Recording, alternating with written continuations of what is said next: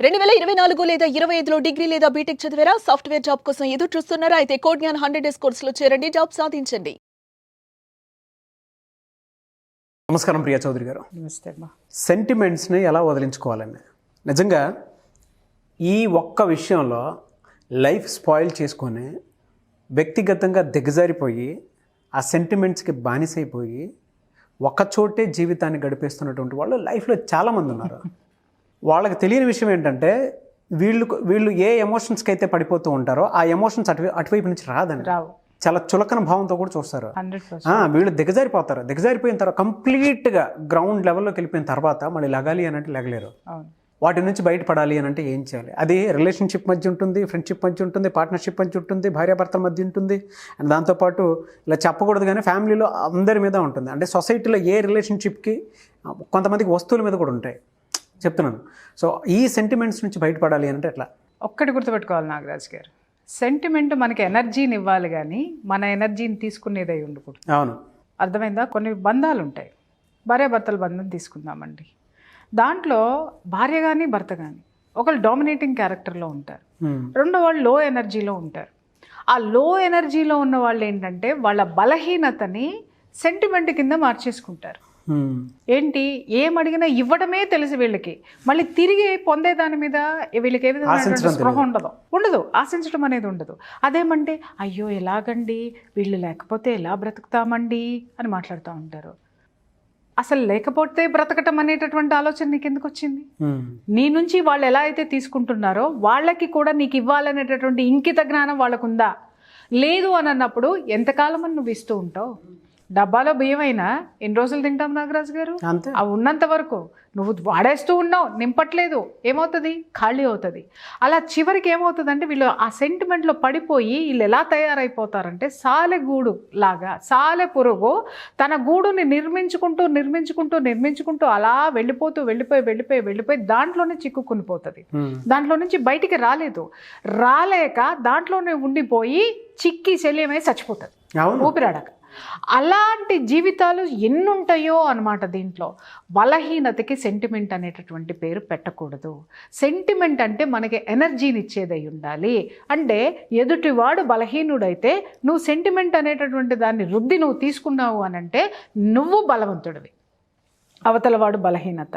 అంతేగాని ఒక బంధం, అది స్నేహితుల మధ్య కానివ్వండి, భార్యాభర్తల మధ్య కానివ్వండి, లేకపోతే ఇద్దరు బంధువుల మధ్య కానివ్వండి, అన్న చెల్లెల మధ్య కానివ్వండి, బంధుత్వాల మధ్య అయినా సరే సెంటిమెంట్ ఎప్పుడూ కూడా ఉత్తేజాన్ని ఇచ్చేది, ఎనర్జీని ఇచ్చేటటువంటిదై ఉండాలి తప్ప అర్థం లేనటువంటి త్యాగాల పేరుతోటి, అర్థం లేనటువంటి మూర్ఘత్వంలో పడిపోయి తమ ఉనికిని కోల్పోతూ, తమకి ఏం కావాలో కూడా మర్చిపోతూ, ఎట్లా అసలు వాళ్ళు కూడా ఒక మనుషులే అనేటటువంటి భావన కూడా కోల్పోతారనమాట ఆ విషయంలో. దాన్ని ఏమనాలి? పిచ్చ అందామా, లేకపోతే అమాయకత్వం అందామా, లేకపోతే ఇంకేమన్నా అందామా? ఎలాగండి, అలా ఎలా ఉండాలండి, ఎట్లాగండి అని మాట్లాడుతూ ఉంటారు. ఒకటే నేను అడుగుతాను, ఒక్క మాట. కుటుంబంలో ఒక ఉమెన్ ఉంది నాగరాజ్ గారు, పిల్లలు ఉన్నారు, భర్త ఉన్నారు. ఆ ఫ్యామిలీ మొత్తానికి ఒకేసారి జ్వరం వచ్చింది, ఒకేసారి ఏదైనా అటాక్ అయింది అనుకుందాం నాగరాజ్ గారు. ఫ్యామిలీ మొత్తానికి ఈవిడ ఒక్కటే అయ్యి, ఆవిడ ఒక్కటే ఎంతమంది ఉన్నా సపర్యలు చేసేస్తుందండి. అందరికీ ఒకళ్ళకొకలాగా చూడదు, అందరికీ సేవలు చేస్తుంది, సపర్యలు చేస్తుంది. కారణం ఏంటి చెప్పండి? సెంటిమెంట్. నా భర్త, నా పిల్లలు, నా అత్త మామ, లేకపోతే ఇంకేదో ఇంకేంటి వాళ్ళు అని జలుబు చేస్తుందబ్బా అన్న దగ్గర నుంచి ఈవిడ సేవలు మొదలైతే వాళ్ళకి ఆ జలుబు కొంచెం పెరిగి దగ్గులోకి దిగి, ఆ దగ్గు ఒళ్ళు నొప్పుల నుంచి జ్వరం వచ్చి, జ్వరం తగ్గిన 15 రోజుల వరకు కూడా ఈవిడ సేవల దడ్డైవన్ నుంచి అయ్యో జలుబు తగ్గిపోవాలని ఎంత హడావిడి పడుతుందో, తగ్గిపోయిన తర్వాత 15వ రోజు కూడా ఆవిడ అదే పరుగులు, అదే ట్రీట్మెంటు, అదే పెచ్చతనంలో ఉంటుంది. రైట్ నాగరాజ్ గారు? ఇస్తుందా? ఇట్లా అందరికీ చేస్తుందా? అదే వైరల్ ఫీవర్ అనుకుందాం, ఒకరి తర్వాత ఒకరికి ఇంట్లో అందరికీ వచ్చేస్తుంది. ఆఖరికి ఈవిడ వంతు వస్తుంది. ఎందుకంటే ఈవిడ ఎనర్జీ మొత్తాన్ని షేర్ చేసినంత వరకు ఈవిడికి ఏమి రాదు. అందరికీ తగ్గిపోయిందబ్బా అని అనుకుందా, అప్పుడు ఈవిడ తీసుకుంటుంది, అప్పుడు ఆవిడ ఎనర్జీని మర్చిపోతుంది అనమాట. ఇమ్మీడియట్గా రిలాక్స్ అయిపోతారు. రిలాక్స్ అవ్వగానే ఈవిడికి అటాక్ అవుతుంది. ఒక్క ప్రశ్న వేస్తాను ఇంటి ఇళ్ళందరికీ కూడాను. మీరు చేసినటువంటి సేవలు ఒక్కసారి మీకు జరిగేటటువంటి సేవలు గుర్తు తెచ్చుకోండి. అంటే అందరినీ నేను అనట్లా, కొంతమంది భర్తలు పిల్లలు తల్లుల్ని బాగా చూసుకుంటారు, భార్యలను బాగా చూసుకుంటారు. కానీ మెజారిటీ ఆఫ్ ఫ్యామిలీస్లో ఏం చేస్తారు నాగరాజు గారు? హాస్పిటల్కి తీసుకెళ్తారు. భర్త అనుకోండి డబ్బులు ఇచ్చి హాస్పిటల్కి వెళ్ళంటాడు. ఆయనకి తగ్గిపోయిందిగా. ఆయనకు మాత్రం ఈవిడ కంగారు పడిపోయి తమ్ముళ్ళనో అన్ననో ఎవరినో లేదా డ్రైవర్ను పెట్టుకున్నా ఈవిడ హాస్పిటల్కి తీసుకెళ్ళి తగ్గేంత వరకు కూడా దగ్గరుండి సపర్యలు చేస్తుంది. కానీ ఈయన ఏం చేస్తాడు? పెద్ద మనిషి జేబులో నుంచి డబ్బులు తీసి టేబుల్ మీద పెట్టి హాస్పిటల్కి వెళ్ళు, అరే మర్చిపోమాక హాస్పిటల్కి వెళ్ళు. అది ఎందుకో కూడా చెప్తా. అయిపోయిందా? తర్వాత ఆవిడ పిల్లలు ఉంటారు కదా, హాస్పిటల్కి తీసుకెళ్ళాలి అని అంటే నేను సాయంత్రం వచ్చి తీసుకెళ్తా. ఇప్పటి వరకు మెడికల్ షాప్లో నేను చాలా ఫ్యామిలీస్ చూసాను, నేను కూడా ఫేస్ చేశాను కాబట్టి చెప్తున్నా. మెడికల్ షాప్ నుంచి ఏదైనా మెడిసిన్ తెచ్చేసుకో. ఈవిడకి వీళ్ళకి వస్తేనేమో ఆవిడ వస్తుందేమో అన్న భయం దగ్గర నుంచి తగ్గేంత వరకు ఉరుకులు పరుగులు పడుతూ కింద మీద పడుతూ నానా చాకరీ చేసి కన్న తల్లిలాగా భర్త దగ్గర నుంచి అందరినీ కూడా తల్లిలాగా పొత్తిళ్లలో బిడ్డను పెట్టుకుని చూసినట్టు అందరినీ చూస్తే ఒకళ్ళు డబ్బులు టేబుల్ మీద పెట్టి హాస్పిటల్కి పోంటారు, ఇంకొకళ్ళు మందులు తీసుకొచ్చి ఇచ్చి వేసుకో టైంకి అని చెప్పేసి పోతారు. ఇంకొకళ్ళు ఒరే నాకు ఫ్రూట్స్ తెచ్చి పెట్టరా నాయన, నాకు నీరసంగా ఉంది, నాకేం తినబుద్ధి కావట్లేదు, మందులు వేసుకోలేదా? వేసుకోవాలి, నువ్వు ఎప్పుడు ఇంతే మందులు వేసుకోవు. కానీ ఈవిడ వాళ్ళకి తగ్గేదాకా మంచి నీళ్ళ దగ్గర నుంచి మందుల వరకు, మధ్యాహ్నం భోజనం దగ్గర నుంచి రాత్రి ఇచ్చేటటువంటి పచ్చిమ ఫుడ్ వరకు ఎవరికి ఏం కావాలో ఎట్టే టైమో సవ్యసాచిలాగా చేసేస్తుందండి. కానీ ఏమీ తినబుద్ధి కావట్లేదు, ఏదైనా తెచ్చిపెట్టండి అని మాట్లాడితే జ్వరం వచ్చింది తినకూడదు, లేదు తెచ్చి అక్కడ పడేస్తారు. ఈవిడ మాత్రం చక్కగా తీసుకెళ్ళి వాళ్ళ దగ్గర పెట్టి తినిపించి మూతి చేతులు కూడా కడిగి అక్కడ పెడుతుంది. ఈవిడ పరిస్థితి ఏంటి సార్? జ్వరం వచ్చిన బాధ కంటే వీళ్ళ ట్రీట్మెంట్ ఉంటుంది చూసారా, భయంకరంగా ఉంటుంది. ఎందుకు ఉంటుందో చెప్పండి? సెంటిమెంటు. అవును. ఏ సెంటిమెంట్ చెప్పండి? ఈవిడ సేవ చేసేటప్పుడేమో నా వాళ్ళు, అయ్యో వీళ్ళు లేకపోతే నా జీవితం ఎక్కడుంది అనుకునే సెంటిమెంట్ తోటి నానా చాకరీ చేస్తుంది. ఇక్కడ బాధపడేది ఏంటంటే వీళ్ళందరూ నా వాళ్ళు కదా, నేను ఇంత చేశాను కదా, నేనంటే వీళ్ళకి ఏ విధమైనటువంటి సెంటిమెంట్ లేదే, వీళ్ళ మనసులో ఏ విధమైనటువంటి భావన లేదే, బంధం లేదే, వీళ్ళు ఎందుకు నన్ను ఇలా ట్రీట్ చేస్తున్నారు, నన్నెందుకు రిసీవ్ చేసుకోవట్లేదని అదే సెంటిమెంట్ తోటి కుమిలిపోతూ ఉంటుంది. See the difference. కాబట్టి ఎనర్జీని ఇచ్చేదై ఉండాలి నాగరాజు గారు. సెంటిమెంట్ ఎప్పుడు కూడా మనకి ఒక భావన, ఒక సర్వీసు. నీకేదన్నా జరిగింది అని అంటే అరే నాగరాజ్, అరే వాడు బాగుంటేనే కదా నేను బాగుంటాలని నేను పరిగెత్తుకు రావాలి. ఏదన్నా మొన్న నాకు ఒక రోజు హెల్త్ బాగాలేదు, అర్ధరాత్రి ఫోన్ చేశాను, నాకు కొంచెం హెల్త్ బాగాలేదు అనగానే టక్కడక్క నలుగురిని అరేంజ్ చేసావు. నువ్వు అరేంజ్ చేసి నాకు ఇమ్మీడియట్గా ఫోన్ చేసావు, మేడం మీ చుట్టుపక్కల ఇంతమంది ఉన్నారు, నేను పంపిస్తున్నాను, మీరు టెన్షన్ పడమాకండి అని. నాకు హాస్పిటల్కి వెళ్ళేలోపే తగ్గింది. ఎందుకు? నా చుట్టూ ఇంతమంది ఉన్నారన్న భరోసా. ఎందుకు?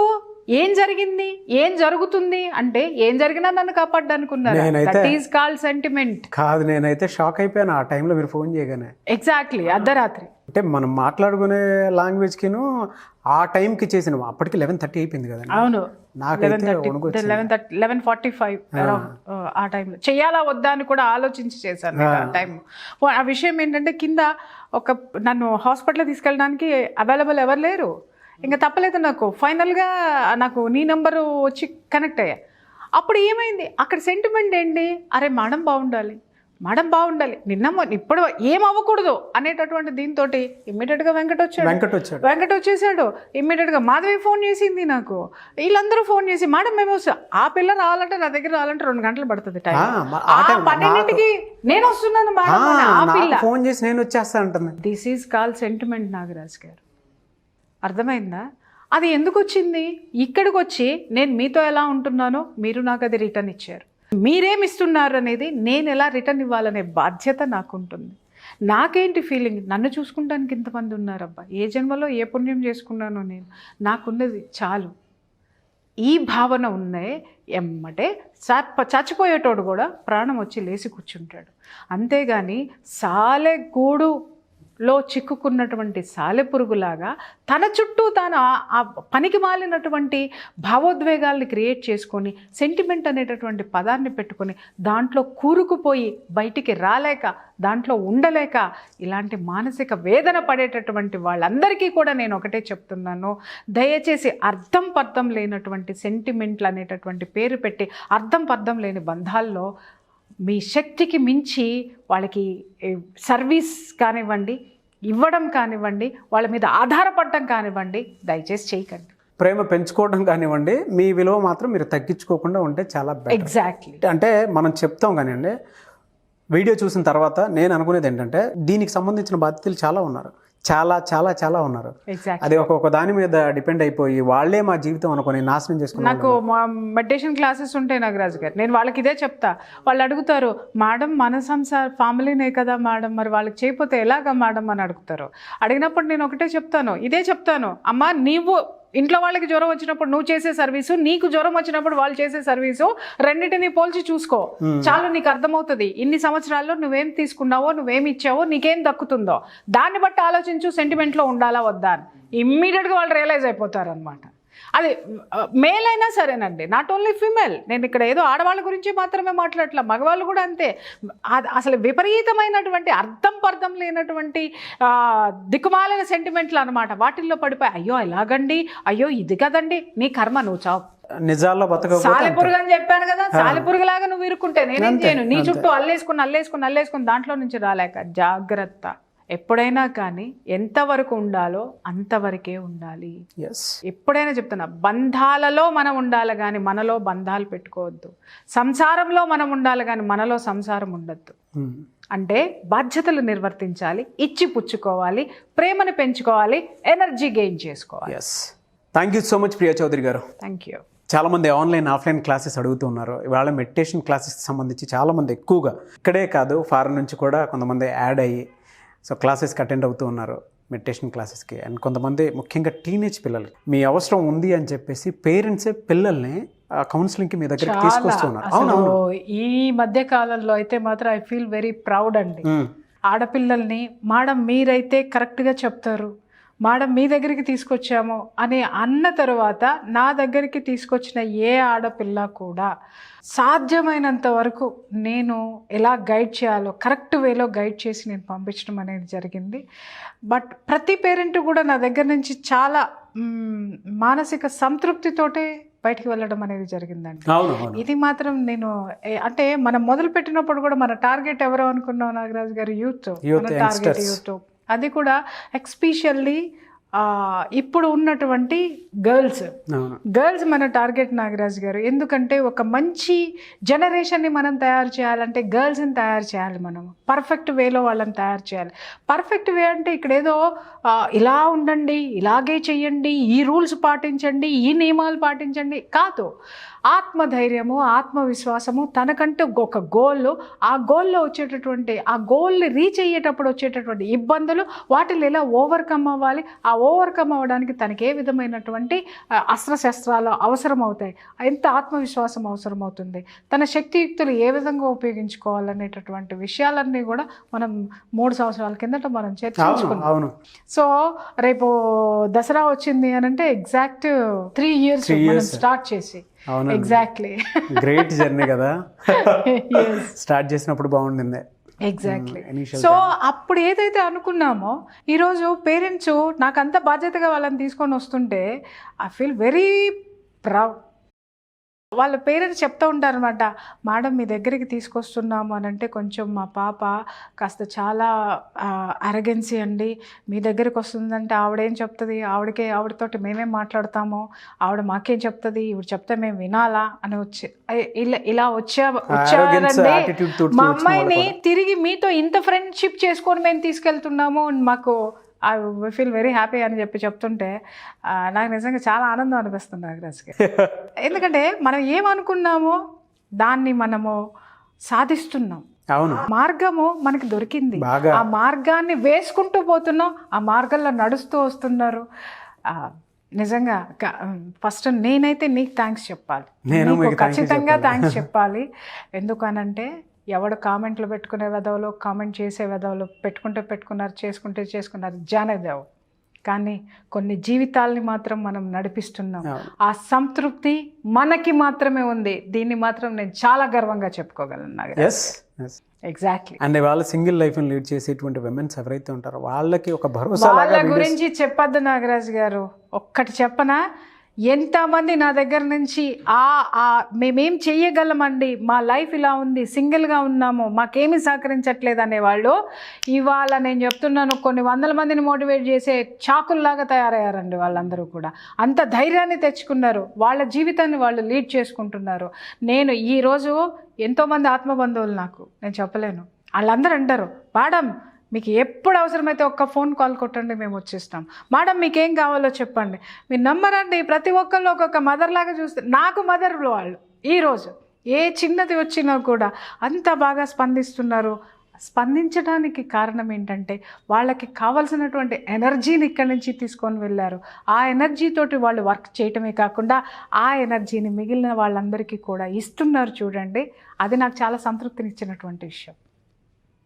ఎలా అండి, చాలా మంది ఇలాగే వన్-ఆన్-వన్ సెషన్స్ కావాలనుకుంటున్నారు, ఆన్లైన్ ఆఫ్లైన్ సెషన్స్ కావాలనుకుంటారు. ముఖ్యంగా ఇవాళ స్కూల్స్ కాలేజెస్లో కూడా మీ సెషన్స్ కావాలనుకుంటున్నారు. మహిళల కాలేజెస్ ఏవైతే ఉంటాయో అక్కడ కూడా మీ సెషన్స్ కావాలనుకుంటున్నారు. మిమ్మల్ని అప్రోచ్ అవ్వాలి అంటే ప్రాసెస్ ఏంటి? మెడిటేషన్ క్లాస్ ముఖ్యంగా ఎక్కువ యాక్చువల్గా ఏంటంటే ఇప్పుడు నేను కొత్తగా ఒకటి స్టార్ట్ చేశానండి. ఇప్పుడు కాలేజెస్కి ఆన్లైన్ ద్వారా నేను మెడిటేషన్ క్లాసెస్ స్టార్ట్ చేశాను. 1 hour సెషన్ డైలీ. అది వచ్చేసి 11 days ప్రోగ్రామ్. ఆ 11 days ప్రోగ్రాము వాళ్ళకి నేను మెడిటేషన్ అనేది ట్రైనింగ్ ఇవ్వడం అనేది జరుగుతుంది. సో కాలేజెస్ చాలా వరకు ఇప్పటికీ కనీసం ఒక 10 కాలేజెస్కి పైన నేను ఇస్తున్నాను.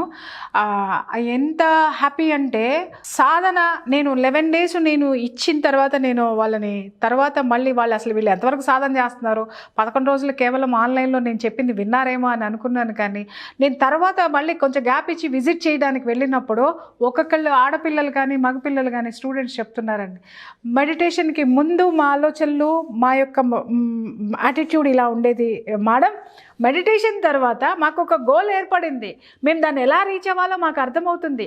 ఇదివరకు కోపంగా ఉండేవాళ్ళము, మా పేరెంట్స్ అంటే ఎదిరించి మాట్లాడేవాళ్ళము, టీచర్స్ అంటే చాలా చులకనగా ఉండేది. టీచర్స్ చెప్తున్నారు మా పిల్లలు మమ్మల్ని చాలా బాగా గౌరవిస్తున్నారండి అని. టీచర్స్ చెప్తున్నారు మా పిల్లలు ఎలా కంట్రోల్ అయ్యారో మాకే అర్థం కావట్లేదండి అనేసి. ఇంత వండర్స్ ఆ పిల్లలు సాధిస్తున్నారు. సో దానికి నేను మాత్రం చాలా హ్యాపీ ఫీల్ అవుతున్నాను నాగరాజ్ గారు. థ్యాంక్ యూ అండి. అప్రోచ్ అవ్వాలి అంటే డెఫినెట్గా స్క్రీన్ మీద ఉన్నటువంటి నెంబర్కి కాల్ చేయండి. ఇన్స్టాగ్రామ్ ఉంది, మీ ఇన్స్టాగ్రామ్కి మెసేజెస్ పెట్టినా సరే. ఇప్పుడు కొత్తగా నేను ఏమి ఆలోచిస్తున్నాను అని అంటే నేను కూడా ఇన్స్టాగ్రామ్ ఓపెన్ చేద్దామని అనుకుంటున్నాను. ఎందుకంటే మీకు బాక్స్ నిండిపోతూ ఉంది. సో ఇంకా ప్రత్యామ్నాయాలు వెతుక్కుంటూ ఉన్నారు. సో ఇంకా మనము జనాలకి ఇంకా ఎంతవరకు మెసేజెస్ ఇవ్వాలో, ఏ మార్గాలు ఉన్నాయో వాటి ద్వారా కూడా ముందుకెళ్ళేటటువంటి ప్రయత్నం చేద్దాం. డెఫినెట్గా. Thank you so much Priya Chaudhary garu. Thank you. చూసారు కదండి వీడియో. ఈ వీడియోపై మీ అభిప్రాయాన్ని కమెంట్ బాక్స్లో పోస్ట్ చేయండి. ముఖ్యంగా మీరు కనుక 1-on-1 సెషన్స్ కానివ్వండి, ఆన్లైన్ ఆఫ్లైన్ క్లాసెస్ కానివ్వండి, మెడిటేషన్ క్లాసెస్ కానివ్వండి, ప్రియా చౌదరి గారిది మీకు కనెక్ట్ కావాలి అనుకుంటే స్క్రీన్ మీద కనిపిస్తున్న నెంబర్కి సంప్రదించండి. ఒకవేళ మీకు కాంటాక్ట్ నెంబర్ కనెక్ట్ అవ్వట్లేదు, సో మీరు మెసేజ్ పెట్టాలి అనుకుంటే మిస్టర్ నాగ్ అఫీషియల్ అని నా ఇన్స్టాగ్రామ్ ఐడి ఇక్కడ స్క్రోల్ అవుతుంది మీకు. దానికి మీరు మెసేజ్ పెట్టినా కూడా ఖచ్చితంగా నేను అప్డేట్ ఇస్తాను. ప్రోగ్రామ్కి సంబంధించింది కావచ్చు, మీకు కావాల్సినటువంటి క్వశ్చనర్ ఏదైతే ఉందో దానికి సొల్యూషన్గా వీడియో రూపంలో చేయడం కావచ్చు, ఏదైనా సరే చేస్తాను. సో ఆ విధంగా ఫాలో అవ్వండి ఖచ్చితంగా. అండ్ వీడియోని లైక్ చేయండి, షేర్ మాత్రం తప్పకుండా చేయండి. ఇలాంటి మరిన్ని వీడియోస్ కోసం మా ఛానల్ ఫాలో అవ్వండి. Thank you.